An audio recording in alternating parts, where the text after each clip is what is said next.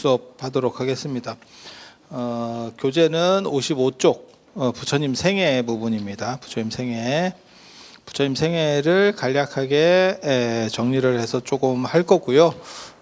그리고 이제 부처님 기본 교리, 불교의 기본 교리와 관련된 내용들 할 수 있도록 하겠습니다. 그리고 생애를 굉장히 잘 알아야 돼요.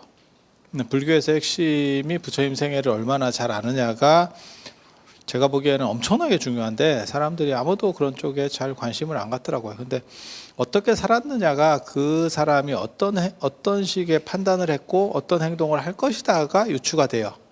그러니까 우리가 그런 거 있잖아요. 저한테도 그런 얘기를 하거든요. 누가 네가 그런 말을 뭐 했다며 이러면 그건 내가 한 말이 맞아. 기억은 안 나는데도 그거 내가 한 것 같아 라고 하는 게 있는가 하면 그건 내 말이 아니야 라고 하는 게 있거든요. 왜냐하면 내가 하던 행동들이 있으니까. 내가 보통 말하는 습관들 이런 게 있거든요. 그건 내 말이 아닐 거야.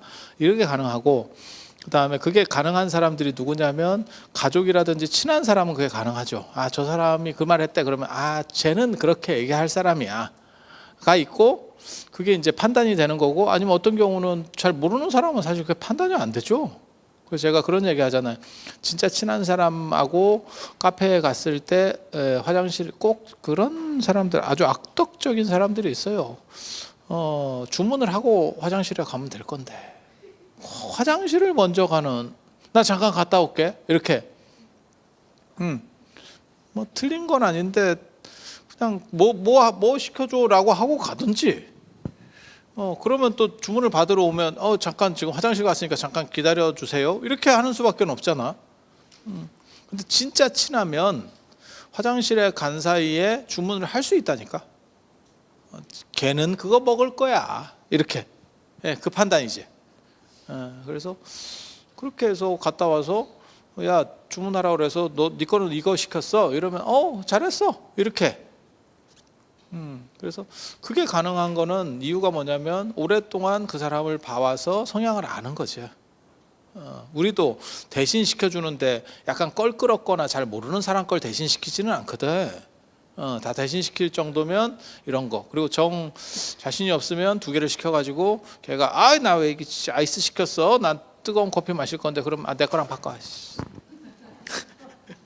이것도 나오거든. 저놈의 잔소리 그럼 시켜놓고 가든가 내 거랑 바꿔. 이렇게도 돼. 그래서 어떤 사람의 행동이나 언어를 판단할 때 제일 중요한 게 그 사람의 환경, 그 다음에 어떻게 살아왔는지를 아는 거는 무진장 중요해요. 그런데 희한하게도 한국 불교는 부처님 생애에 대해서 별 관심이 없어. 그래서 부처님이 얘기한 거를 제대로 알아듣지 못한다고 생각을 합니다. 그래서 부처님 생애를 얘기를 하면 57쪽부터 이제 한번 봐보세요. 부처님이 사셨던 2500년 전에는 인도하면 인더스 문명이지만 동쪽으로 겐지스강이 발전하던 때입니다. 그래서 인도 지도를 이렇게 보면 역삼각형 같이 돼 있거든요. 역삼각형 같이. 그러면 서쪽의 인더스강 쪽에서 아리안족이 점점 내려와요. 이렇게 옆으로 퍼져와요. 내려가느냐? 내려가지는 잘 않습니다. 왜냐하면 자기가 사는 위도들이 있기 때문에. 그래서 동쪽으로 이동하다가 나중에 겐지스강 쪽으로 오게 되는 거고, 아리안족은 백인이고 유목문화고 그리고 소수입니다. 소수. 뭐 생각하시면 되냐면 몽고나 청나라 생각하시면 돼요. 만주족도 소수죠. 그러면 다수의 인도 사람들하고 이제 부딪혀서 사는 거고, 처음에 인도로 들어왔을 때는 아리안족도 상당수가 좀 있었죠. 그래서 인더스 문명 쪽에는 서쪽으로 갈수록 아리안족 비율이 좀 더 높다라고 보시면 돼요. 그리고 동쪽으로 가면 원주민들이 훨씬 많고, 그래서 두 문화가 섞이게 되는 거죠. 전통 문화하고 원래 인도의 원주민들의 문화하고 그 다음에 아리안족의 외래 문화가 대등관계 속에서 섞여 나가게 되는 게 겐지스강 문명의 특징입니다. 그리고 제가 늘상 말하지만 잡종이 좋은 겁니다. 순종 좋은 거 아닙니다. 순종은 개나 말이나 이런 데서 좋은 거고요. 인간은 다 잡종이 좋은 거고, 문화도 잡종이 강한 겁니다. 그래서 미국이라는 나라가 만들어진 지 얼마 안 됐지만 저렇게 강력할 수 있는 게 인종적으로도 잡종이고 문화적으로도 잡종이기 때문이다. 제가 그런 얘기를 하거든요. 그러면 사람들이 그게 가능하냐라고 하는데 실제로 인간은 잡종 쪽이 강해요. 그리고 유전적으로도 우성이죠. 그쪽이 더 발전하죠. 발전하게. 예, 지능들이 좋죠. 그래서 제가 그런 얘기 하잖아요. 한국에서 잡종이 제일 많은 데가 어디냐? 서울이다. 혈통적으로 봤을 때 전라도 사람도 와 있고 경상도 사람도 와 있고 충청도 사람도 와 있고 외국인도 와 있고 뭐 다 섞여 있는 게 서울이잖아. 그렇죠? 그러다 보니까 서울 사람들이 머리가 상대적으로 좋을 수 있는 확률이 큰 거죠. 잡종 비율이 높으니까. 그래서 잡종을 우습게 보지 마세요. 저는 잡종을 굉장히 높게 평가하는 사람이거든요. 그래서 겐지스강이 그 당시에 왜 떴느냐? 잡종이다.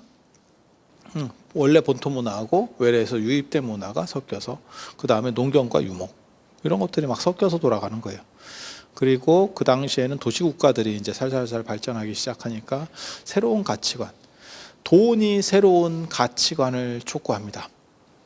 마치 뭘 생각하시면 되면 허생전 생각하시면 됩니다. 허생전. 그래서 돈이 많으면 그 사람은 신분 상승의 욕구가 생기는 거고, 신분 상승의 욕구가 생기는 거고 세상이 달라지기 시작하는 거죠. 그래서 돈이 있다 보면 신분 상승의 욕구가 당연히 생기게 되고 사람이 돈만 갖고 살 수는 없잖아요. 물론 우리 같은 이제 쩌리들은 돈만 있으면 그것만 갖고도 행복한데 재벌이 돈으로 행복할 수는 없잖아요. 그러면 뭔가 또 다른 자기네들만의 무언가를 만들어 가겠지. 그래서 도시국가가 발전할 때 상인들이 움직이기 시작하고 상인들이 재벌로 거듭나면서 신분들이 흔들리기 시작해요. 허생전 같은 일이 벌어지는 거죠. 그러면 이제 돈 없는 양반과 돈 있는 쉽게 말해서 평민 이 관계가 역전되는 거죠. 지금도 마찬가지죠. 지금도 마찬가지죠. 그래서 돈 있으면 뭐 센 거죠. 그렇지 않아요? 권력이 있거나 돈이 있거나 그래서 돈 있으면 그 다음에 권력을 가지려고 하고 뭐 이런 식들이 연결되니까 그래서 신분들이 흔들리기 시작하는 거죠. 기존에 있었던 뭐 브라만, 크샤트리아, 바이샤, 수드라라고 하는 인도의 카스트 제도가 그러니까는 성직자 계급 그 다음에 권력층이죠. 왕이나 귀족 계급 그 다음에 평민, 노예라고 하는 것들이 흔들리기 시작하는 거예요. 노예가 흔들 수 있냐? 노예는 못 흔들죠. 원래 워낙 가진 게 없으니까. 근데 평민 중에서 머리 좋은 사람이 자수성가해서 재벌이 됐어요. 그러면 치고 올라오는 거죠. 그렇게 올라왔을 때 오히려 그냥 위에 있는 사람들보다 더 상위가 될 수 있는 거죠. 기존에 있었던 사람들보다.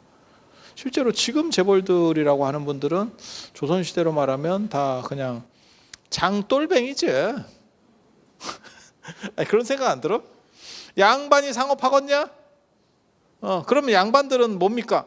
양반들은 천석군 만석군이었지. 지금 생각으로 보면 개뿔도 아니지. 몰라. 압구정동 천석군이면 대박. 하지만 시골 천석군 뭐 어쩌라고.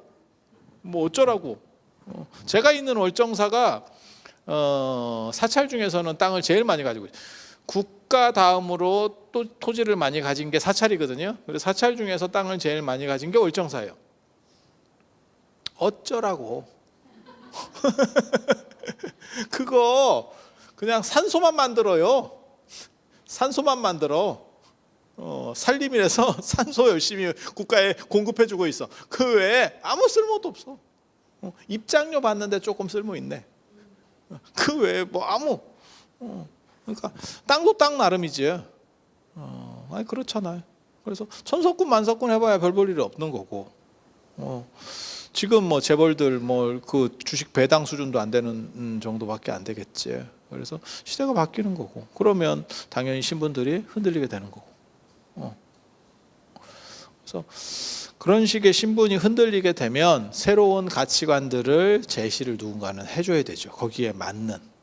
그러니까 너네는 옛날에 쌍놈이었어. 아니면 사농공상 봐봐라. 사농공상 4개 중에서 상이 제일 따라지잖아. 그러니까 너네는 거지 같은 놈들이야. 이렇게 얘기를 할 수가 없잖아. 지금은 아시다시피 농사나 선비가 뭐 의미가 있어.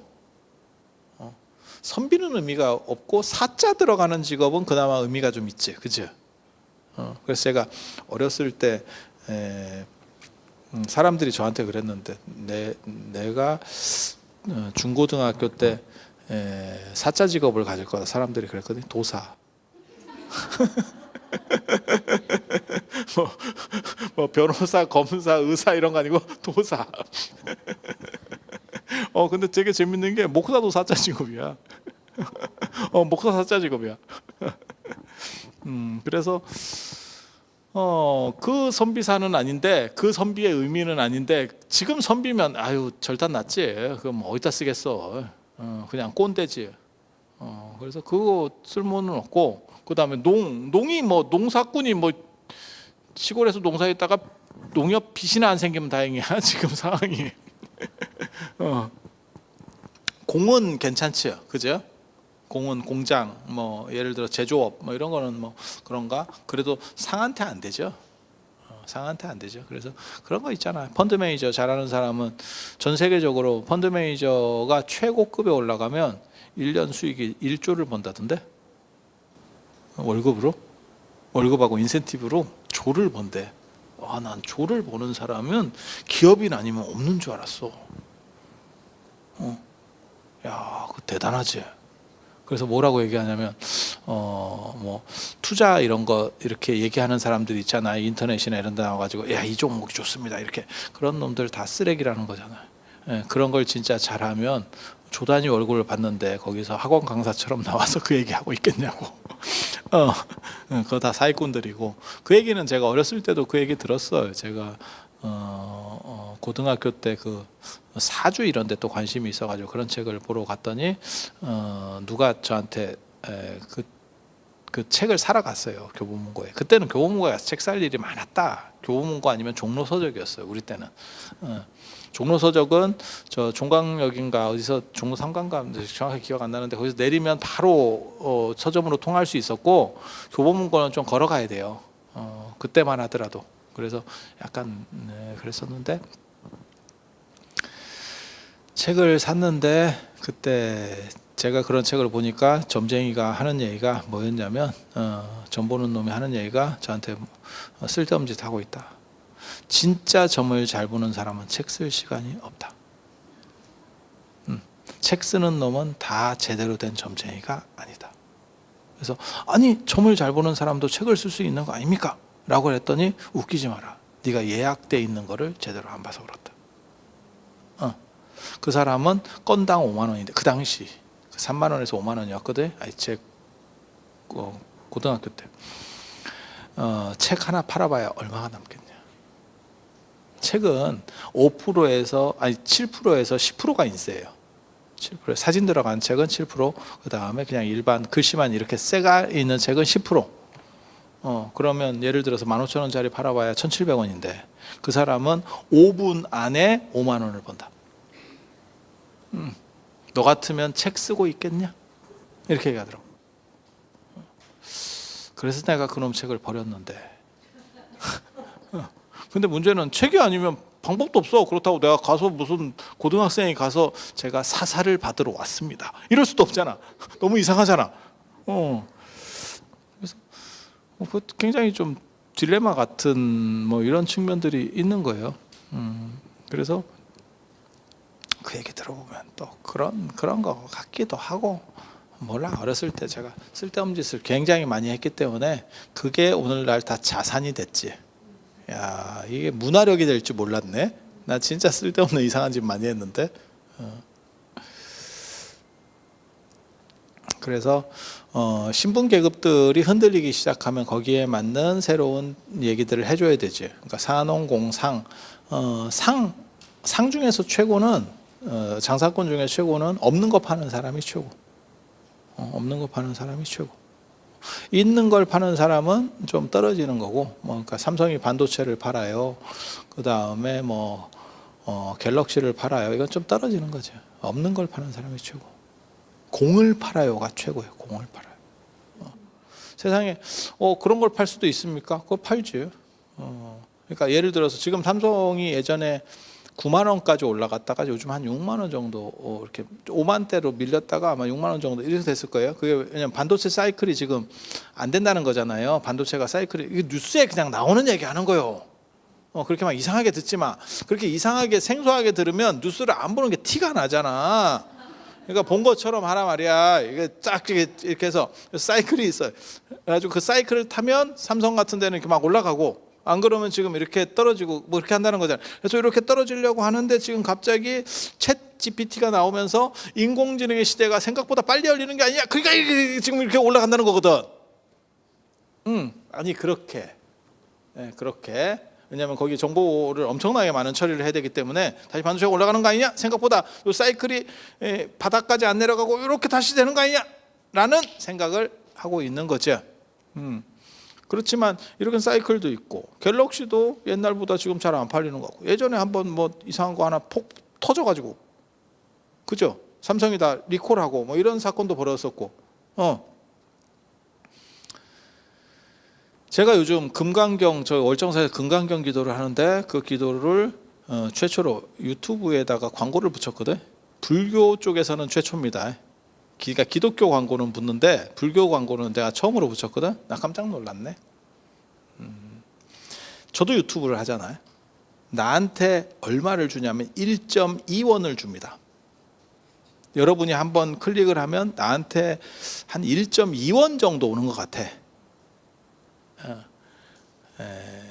곰인형 눈깔 붙이는 그거 한 100원 정도 주지 않을까 요즘? 예전에 우리 어렸을 때는 그거 뭐 10원 뭐 아니면 5원 뭐 이런 얘기 있었는데 모르겠고, 야 1.2원이야. 그러니까는 한 10,000명 정도가 클릭하면 다다다다 이렇게 하고 많이 되면 그 광고를 봐야 돼. 그렇게 되면 12,000원 버는 거야. 이해가 되죠? 야, 쉽지 않다. 그런데 내가 내는 입장이 됐잖아. 받는 입장이 아니고 내가 내는 입장이 됐잖아. 내는 입장이 되니까 여러분이 클릭 한번 하면 1,150원을 뜯어가. 야, 씨, 이거 딱 보고, 야, 이 세상에 이렇게 남겨 먹는 장사가 있나? 1,000배입니다. 1,000배. 1,000배를 남겨 먹습니다. 1원을 주고 1,000원을 받아가니까. 아니 그렇잖아. 근데 인공지능으로 해서 뭐 어쩌고저쩌고 해서 오래 하면 좀 가격이 다운된대. 다운돼도 내가 보기엔 500원 이하로는 잘 안 떨어지지 싶어. 500원만 해도 500배를 남기는 거야. 그러면 유튜브 회사는 무엇을 파느냐? 지들 파는 게 없어. 지그들이 올려서 지그들이 보고 지그들이 해. 그러면 걔는 광고하고 관리만 하면 돼. 광고를 붙였다가 관리, 파는 게 없어. 상품이 있냐? 없어. 아마존 생각해봐요. 아마존, 제프 베이조스의 아마존 파는 게 있냐? 없어. 사고 팔고 할 수 있는 시장을 하나 열어준 거지. 그러니까 아마존은 뭐하고 똑같은 거냐면 주식 거래소지. 증권사. 주식은 지그들이 왔다 갔다 하는 거고 우리는 그냥 거래하게만 해주는 거지. 아마존은 그냥 물건을 팔 수 있게만 해주는 거고, 아마존이 그거랑 똑같은 거잖아. 쿠팡이잖아, 쿠팡. 그러면 지그들이 그냥 물건은, 아마존이 제품을 출시하느냐? 없지. 자기 제품 없지. 그게 공을 파는 거예요. 공을 파는 거. 이거 굉장히 재밌어. 구글도 마찬가지잖아. 알파벳이 구글이잖아. 구글도 뭘 파느냐? 전 세계에 깔려있는 정보들을 연결해서 땡겨만 주는 거예요. 검색이라는 게. 내가 올리느냐? 구글에서 정보를 올려주느냐? 안 올리지. 올리긴 개뿔이 못 올려. 아니 맞잖아. 그걸로 전 세계를 먹었어요. 우리나라가 버티고 있다가 결국 구글에게 넘어갔지. 1등이 네이버에서 구글로 넘어갔거든요. 우리나라 포털도 지금 그렇게 넘어갔어. 이게 공을 파는 거예요, 실제로. 그렇기 때문에 걔네는 물건에 하자 보수를 할 필요도 없고 아무것도 없어. 책임이 없어. 안 팔리는 사이클이 있느냐? 뭐 광고가 좀 덜 되는 사이클은 있을지 몰라도 안 팔리고 자식 할 게 뭐 있어? 삼성이 반도체를 만들었는데 안 팔려. 그럼 재고가 쌓이겠지. 얘네는 재고가 없어. 왜냐면 물건 자체가 없었거든.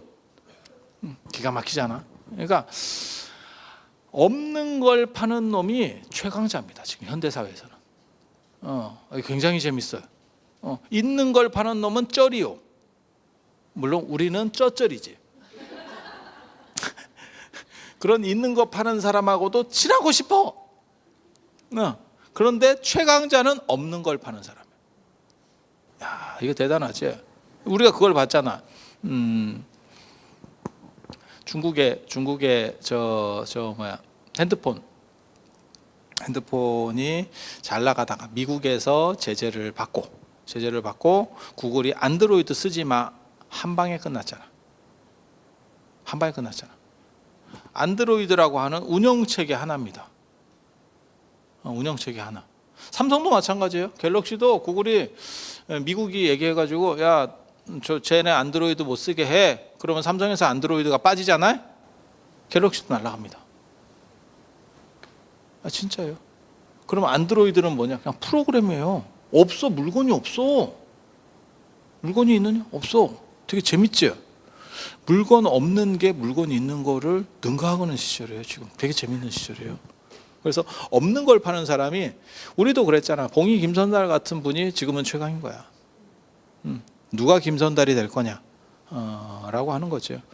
그리고 이런 식으로 세상이 바뀔 때마다 어떤 게 있냐, 새로운 설명 모델이 나오게 됩니다. 나는 애플이 엄청나게 강력한 회사다라는 생각을 하거든요. 왜 그런 생각을 하냐면, 제가 비행기를 타보면, 성지순례나 이런 데 가면서 비행기 타보면, 전에는 핸드폰을 무조건 끄게 했다고. 그런데 지금은 비행 모드로만 놓으면 핸드폰 안 끄죠. 누가 그 작업을 한 것 같아? 애플이에요. 그래서 지금은 핸드폰을 보고 있어도 안내양이 잔소리하지 않아. 맞잖아. 그렇게 가는 거예요. 그래서 거기에 맞는 연구들을 했겠지. 이게 비행 모드만 되면 스마트폰은 작동을 해도 비행 항법 장치랑 아무 영향이 없다. 이거를 계속해서 하고 그 다음에 그것들을 바꿔 나갔겠지. 항공사 입장에서는 끄는 게 제일 안전하겠지. 위험 요소를 줄일 수 있으니까. 원천 차단이잖아. 그거는. 누가 비행 모드를 해놨는지 아니면 안 해놨는지 그 일일이 다 까볼 수도 없잖아. 그냥 믿고 가는 것밖에 없잖아. 껐는지 안 켰는지는 알 수 있지. 그 사람이 보고 있으니까. 근데 이거는 봐도 지금 비행 모드인지 아닌지 스튜어디스가 뭐 제대로 판단할 수 있나? 우리도 하다 보면 비행 모드 안 하고 하는 경우도 있거든요. 왜냐하면 까먹어서. 그러다 해야 되겠네. 이렇게 되는 경우들이 있거든. 그래서 하나의 어떠한 흐름들이 바뀌어가면, 그게 세지면 거기에 맞는, 쉽게 말해서 논리 구조들이 나오기 시작하는 거예요. 그러면서 세상이 재편되는 거죠. 그래서 상인들이 돈을 많이 벌고 재벌들이 나옴으로 인해서 왕족이라든지 성직자들보다 내가 왜 밑이야 라고 생각하면서 치고 올라오고, 거기에 논리 제공을 하는 사람들이 나타나게 되는 거예요. 그게 신흥사상가, 신흥철학자라고 하는 사람들이에요. 새롭게 대두한 사람들, 기존에 있었던 사람들 말고. 지금도 마찬가지죠. 예를 들어서 제가 전 시간에 그런 말씀 드렸었잖아요. 이제 과학이 발전하니까 애를 훨씬 더 미숙아도 태어나게 해서 살릴 수 있다고. 그럼 무슨 일이 벌어지냐면, 요즘 그 얘기가 나오거든요. 그러니까는 여자가 이제 약간 이렇게 실수해가지고 임신이 됐을 때 그걸 낙태를 할 수 있는 자유 얘기가 있거든요. 낙태 자유? 그런 얘기 들어보셨죠? 왜냐하면 실수로 좀 잘못해가지고 임신을 돼서 평생 인생을 그렇게 살 수는 없으니까 낙태도 여성의 권리로서 줘야 된다. 그런데 그 접점을 어디로 줄 거냐, 이런 건 굉장히 어려워요. 왜? 뭐 한 달까지는 낙태.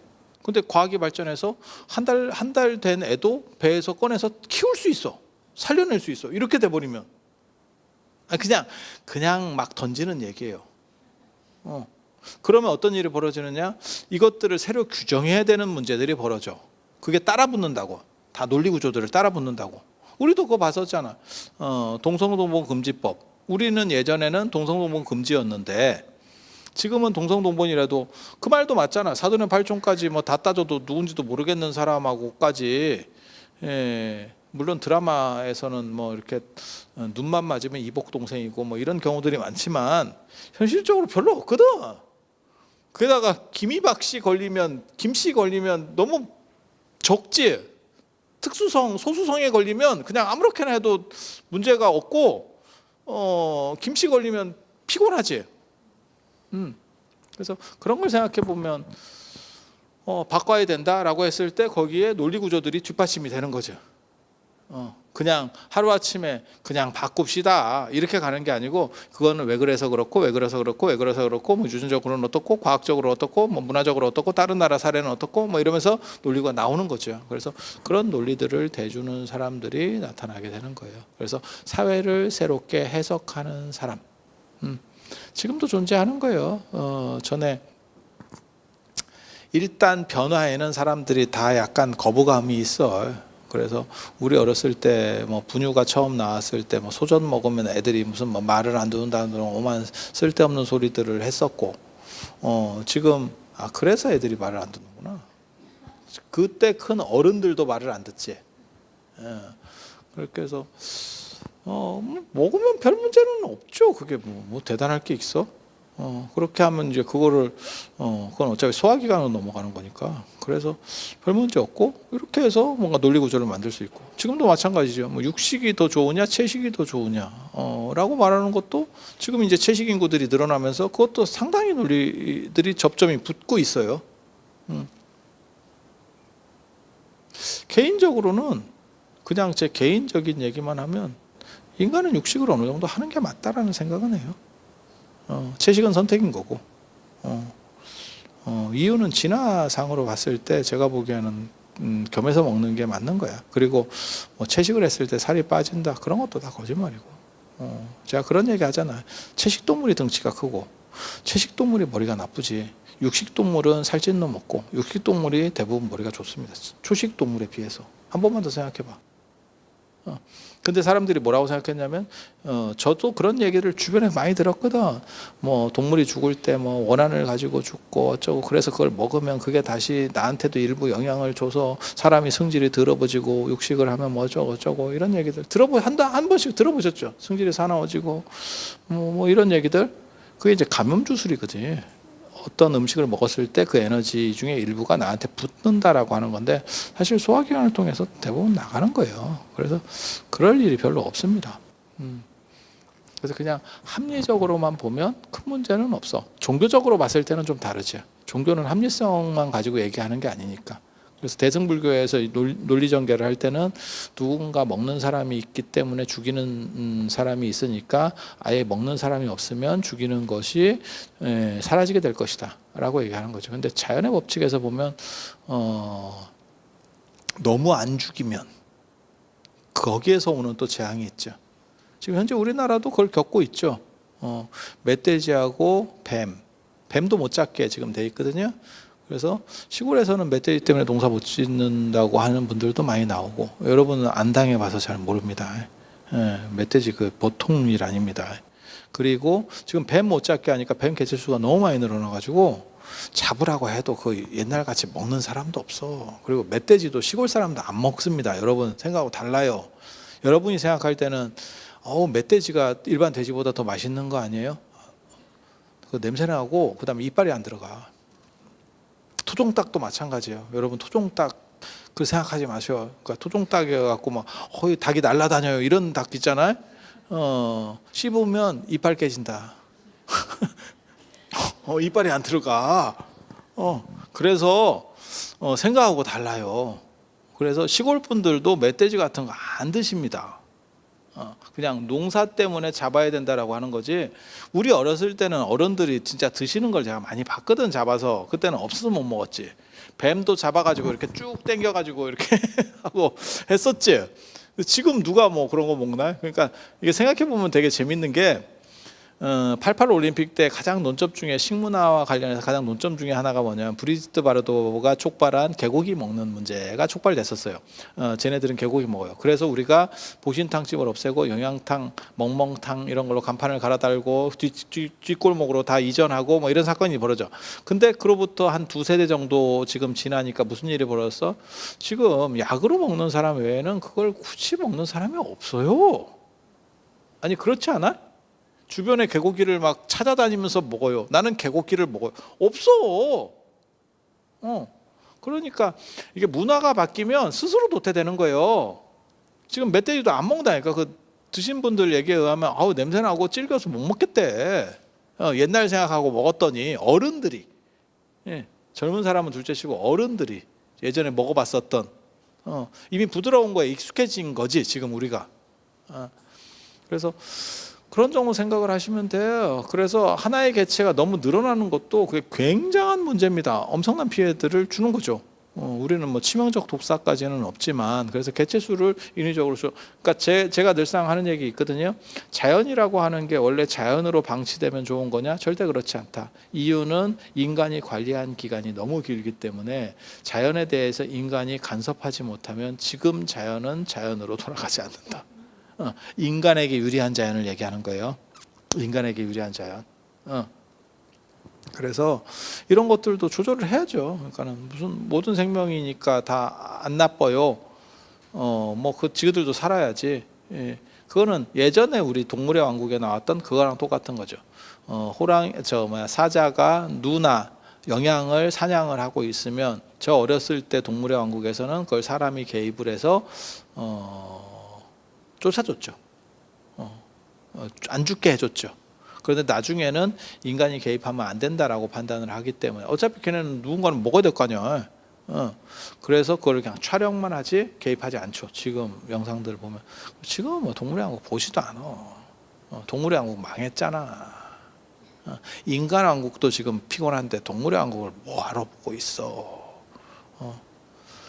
그래서 그런 정도 생각을 하시면 돼요. 그래서 사회가 이렇게 바뀌게 되면 거기에 대한 당위성 이야기들이 끊임없이 나온다는 거. 그리고 그때도 이제 개고기를 먹느냐 안 먹느냐의 논점들이 굉장히 많이 나왔지. 근데 지금은 먹느냐 안 먹느냐의 논점도 거의 없어. 왜?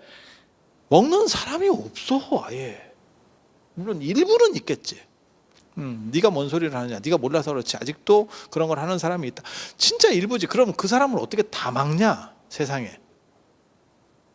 예. 우리나라가 6만 불이 돼도, 지금 3만 5천 불이지만 6만 불이 돼도 거리에서 주무시는 분은 있어요. 내가 장담하는데 그걸 다 막을 수 있느냐? 못 막습니다. 미국 못 막거든. 미국이 6만 불이야. 못 막어. 그러니까 그거를 전부를 다 해결해야 끝납니다. 그러면 그건 말 같지도 않은 얘기고, 한 90 몇 프로까지 올라오면 끝난 거예요. 그 부분은 사안에서 이제 끝났다고 보면 돼. 그 몇 프로를 더 없애기 위해서 처리한다는 거는 그건 행정력 낭비요. 시간 낭비인 거고. 그래서 흐름이 바뀌면 새로운 이야기들을 할 수 있는 구조들이 계속해서 나오게 되고, 그리고 그것을 촉발한 사람들은 상인들이었고, 그리고 그 시점에 부처님이 태어나시게 되는 거예요. 그래서 부처님도 새로운 얘기를 하죠. 그 새로운 얘기 중에 하나가 불교에서 말하는 사성평등. 사람은 태어난 걸 가지고 귀천을 가리는 것이 아니고 태어난 뒤에서 어떤 행동을 했느냐로 귀천을 가린다. 듣기에는 별 볼 일 없는 얘기인데 신분제 사회에서 그 얘기를 했다는 거예요. 조선시대 때 그 얘기를 하면 그 사람이 죽습니다. 말한 사람이 죽습니다. 양반이나 쌍놈이나 뭔 차이가 있습니까? 그 사람이 어떻게 살았느냐를 보고 그 사람이 태생을 보는 게 아니고 그 사람이 얼마나 진실한 사람인가를 보는 게 중요한 거 아닙니까? 양반한테 맞아 죽습니다. 제가 얘기했잖아요. 세종대왕이 부민고소금지법 만들었다고. 그게 세종이 만든 악법, 세종의 패착 중에 가장 대표적인 건데, 부민고소금지법이 뭐냐면 아랫사람이 윗사람을 고소할 수 없어. 내가 하인을 그냥 마음에 안 들어서 좀 패가지고 장애인을 만들었어. 그러면 그 사람이 관원에 가서 고소를 하잖아요. 그러면 그 고소한 놈에게 벌이 떨어집니다. 개 같은 법이죠. 왜? 신분제 사회를 옹호하는 법이에요. 그래서 아예 대거리를 못하는 거죠. 대거리 할 수가 없게 만들어버리는 거죠. 그게 세종이 한 법이에요. 세종 같은 분도 그런 행동을 해놨어. 그게 세종이 언제적 사람이에요? 뭐 조선 초기 그렇게 오래된 사람 아니에요? 600년도 안 된 분이에요? 부처님 2500년 전 분이에요. 그때 그 얘기를 했어요. 왜 했느냐? 신분이 흔들리고 있었기 때문에. 그게 말할 수 있는 여지가 되는 거예요. 지금 우리 일제강점기 때 그런 얘기 했으면 멋있는 사람이죠. 야, 계몽한 사람이고 선지식이다. 이렇게 평가를 받았겠죠. 아니 그렇지 않아? 그런데 조선시대 때 그렇게 말하면 날아가거든요. 이게 잘리거든요. 그러니까 그 얘기는 뭐냐? 붓다 당시에 이미 그런 흐름들이 어느 정도 암암리에 좀씩 움직이고 있었다. 그거를 붓다는 수용해서 얘기를 하는 거다. 그리고 그것은 합리적 선상에서 사람들이 지지할 수 있었다. 되게 재밌는 게 조선 후기에 정조나 이런 분들이 노비를 풀어주려고 했었어요. 노비를 풀고 평민으로 만들어주려고 했었거든요. 왜 그랬을까요? 세수증대를 위해서. 노비는 면세거든요. 그러니까 세수증대를 위해서 노비를 풀어주려고 했어. 근데 노비가 데모를 하면서 뭐라고 얘기했냐면 우리는 계속 노비로 남고 싶어요. 를 했습니다. 우리 생각에는 노비에서 풀어주면 더 좋은 거 아닙니까? 그 사람들은 그것을 원치 않았습니다. 이유는 두 가지예요. 하나는 노비도 별로 그렇게 안 힘들어. 왜? 뭐하고 똑같은 거냐면 제가 운전면허 없는 거랑 똑같아요. 어저께도 제가 다른 선생님한테 그 얘기를 들었는데 스님은 운전을 안 하는 게 너무 불가사의해요. 운전을 하면 새로운 세상이 열릴 거예요. 새로운 세상이 있는지는 모르겠는데 나는 안 불편해요. 이유가 뭐냐? 나는 태초부터 운전면허가 없었기 때문에. 그러니까 운전면허가 있다가 없는 사람은 불편해요. 차를 가지고 있다가 차가 없어진 사람은 불편해요. 근데 계속 이런 식으로 생활 패턴을 했던 사람은 별로 불편하지 않아요. 여러분도 버스 계속 타시는 분들은 그거 있잖아. 버스 시간 대충 외우고 있고 어느 시점에 가면 된다. 이걸 알고 있기 때문에 크게 어렵지 않아. 근데 자동차만 계속 타다가 버스 한번 타려고 그러면 야, 이거 시계를 어디를 봐야 이게 버스가 언제 오냐? 이거 뭔 뜻인지 아시죠? 겁나 불편한 거야. 그래서 노비로 계속 살면 안 불편해요. 눈 뜰 때부터 노비였고 계속 노비였어. 안 불편해요. 그리고 여러분이 생각하는 노비는 저 향단이나 방자 같은 그런 내거 노비를 생각하니까 저거 밑에서 이렇게 자꾸 굽신거려 많이 뭐 이래 되고 이런 거 아니요. 그 노비 아니고 외거 노비라고 노비들만 따로 사는 데가 있어요. 그렇게 해서 그냥 그 집에 소속됐다기보다도 어떤 마름이 관리하면서 농장을 관리하는 노비들. 그래서 평민하고 큰 차이도 없어. 그리고 뭐가 있냐면 지그들끼리만 사니까 평민이든 뭐든 관계도 없는 거야. 그냥 지그들끼리 결혼하고 하나의 집성촌이 만들어지는 거지 일종의. 그러니까 별로 그 문제의식도 없고 평민이 되면 세금을 더 내야 돼. 세금이 올라갑니다. 그러니까 굳이 뭐 좋은지도 모르겠는데 평민을 해서 세금을 더 낼 필요가 있을까? 이렇게 되는 거고, 그다음에 양반 밑에 있으면 보호가 돼요. 그 양반이 자기 재산이니까 누가 뭐 부당한 일을 했을 때 막아주죠. 맞잖아. 근데 이게 평민이 돼버리면 지가 막아야 되거든. 부당한 놈들은 계속 존재하겠지. 뭐 삥 뜯어 가려는 놈들. 그러니까 뭐하고 똑같은 거냐면 김도환이지. 김도환이 종로를 먹고 종로 상인들에게 삥을 뜯는 대신에 그걸 막아주는 것처럼.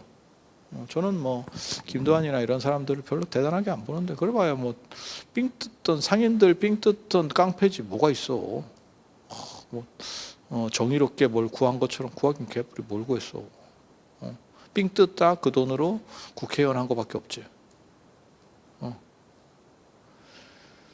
그래서 깡패는 어떠한 논리 구조 속에서 정당화될 수 없어요. 폭력이나 깡패나 이런 것들은 정당화될 수가 없어요.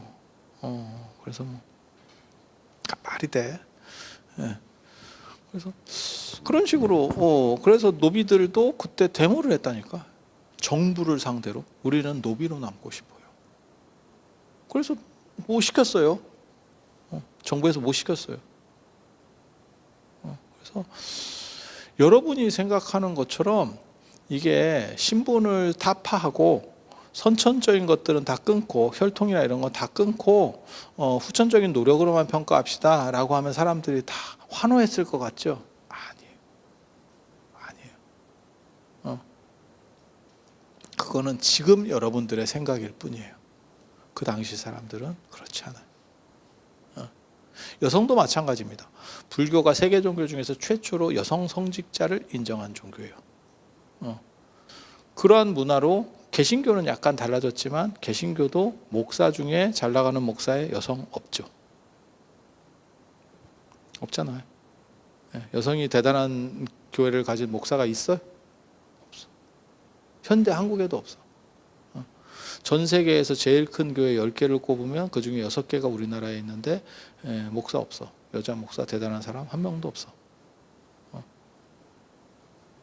그죠? 그런 상황이고. 그럼 뭐 미국이나 이런 데는 있습니까? 대단한 사람 없어. 아는 사람 있으면 얘기해 보세요. 없어. 없어.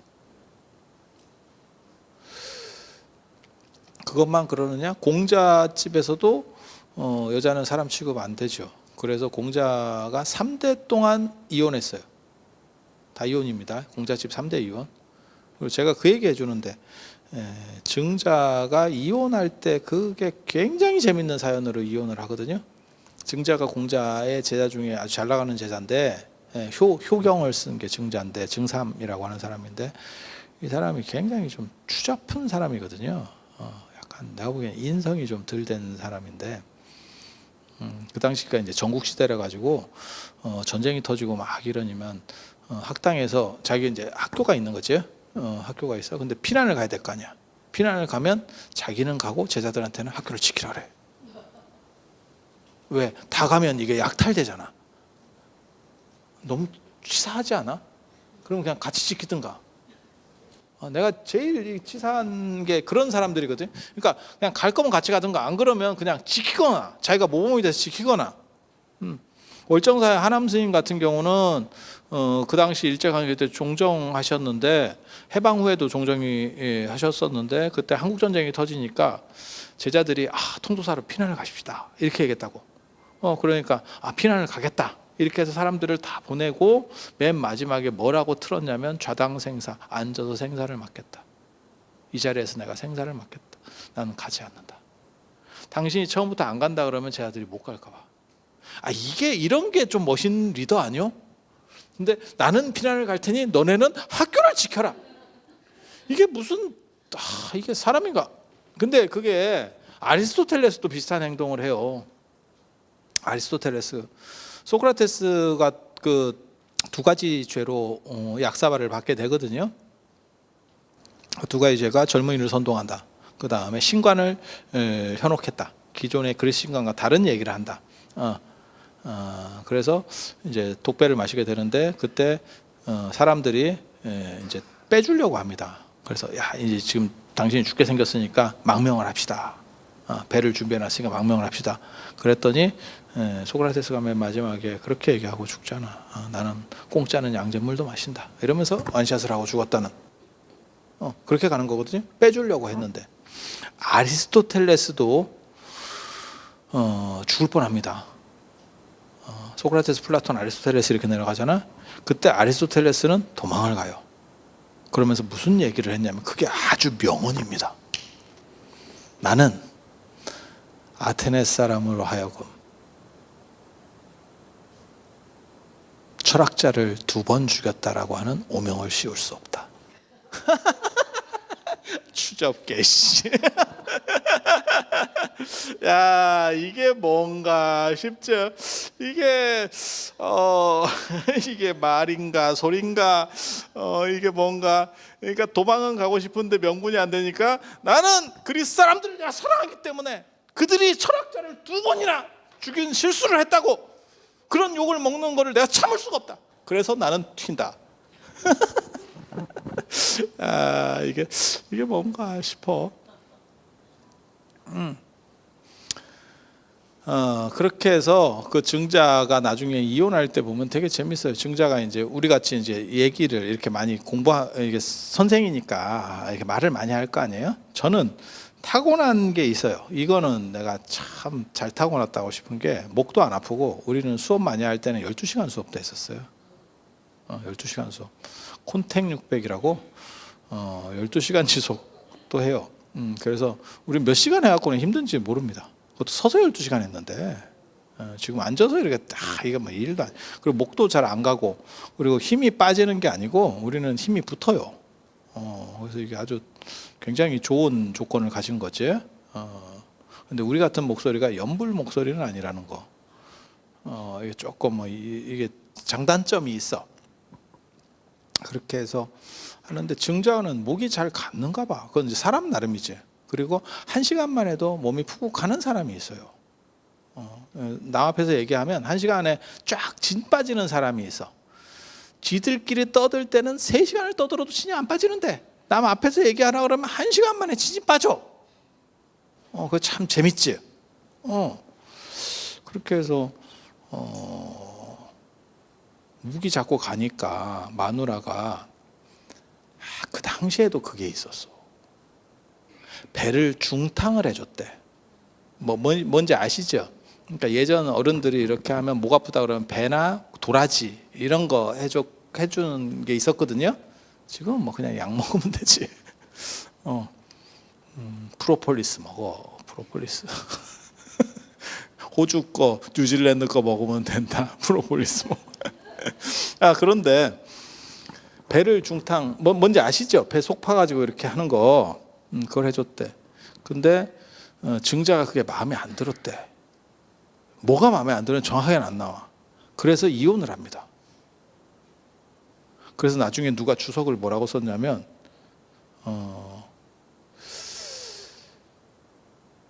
증자같이 이혼하면 이혼 안 당할 여자가 어딨냐, 이런 주석이 나와.